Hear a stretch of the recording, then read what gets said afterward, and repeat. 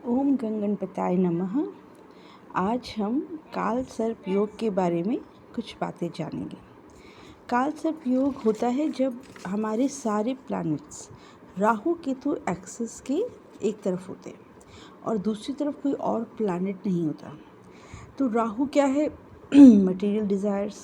केतु है spiritual goals, spiritual detachment. Rahu आपको pull करता है मटेरियल डिज़ायर्स की तरफ, जैसे घर लेना है, गाड़ी लेनी है।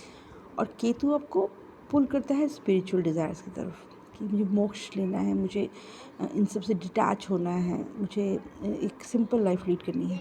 तो आप ज़िंदगी भर राहु और केतु के बीच में फंसे रह जाते हो। आप एक कार्मिक तरह से अपने सारे चीज़ों को होते हुए देखते हो। आपके हाथ में कोई पावर नहीं होता। तो इस केस में आपको काफ़ी ज़्यादा स्पिरिचुअल, आपको एनलाइटेंड होने की ज़रूरत है, तभी आप इसे निकल सकते हो। अदरवाइज़ ये आपको ऐसे ही घुमाता रहेगा, ठीक है। और ये टू ऑपोजिट पोल्स है जो आपको खींचते रहेंगे। राहु बोलेगा जाओ मटेरियल वर्ल्ड में जाओ, वही सक्सेस है। केतु का अगर नहीं, गो इनवर्ड, अंदर झांको, अपने आपको डिटैच होना है इन सब चीज़ों से, इन सब चीज़ों से मतलब नहीं रखना है।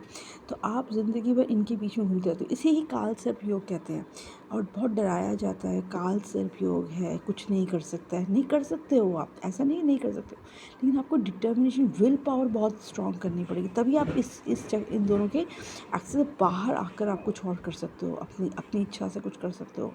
नहीं तो आपको लगता है कि आप दोनों हाथ बंधे हुए हैं। एक डरने की बात नहीं है, एक ये समझने की बात होती है।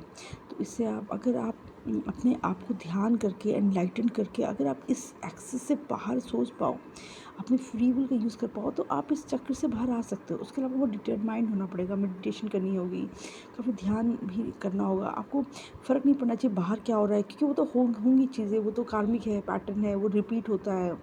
एक ही चीज़ बार बार आपको लगेगा कि बार बार आप परेशान हो रहे हो। लेकिन आपको अगर आप ध्यान करोगे और फोकस करोगे तो आप इस पैटर्न से निकल सकते हो। धन्यवाद।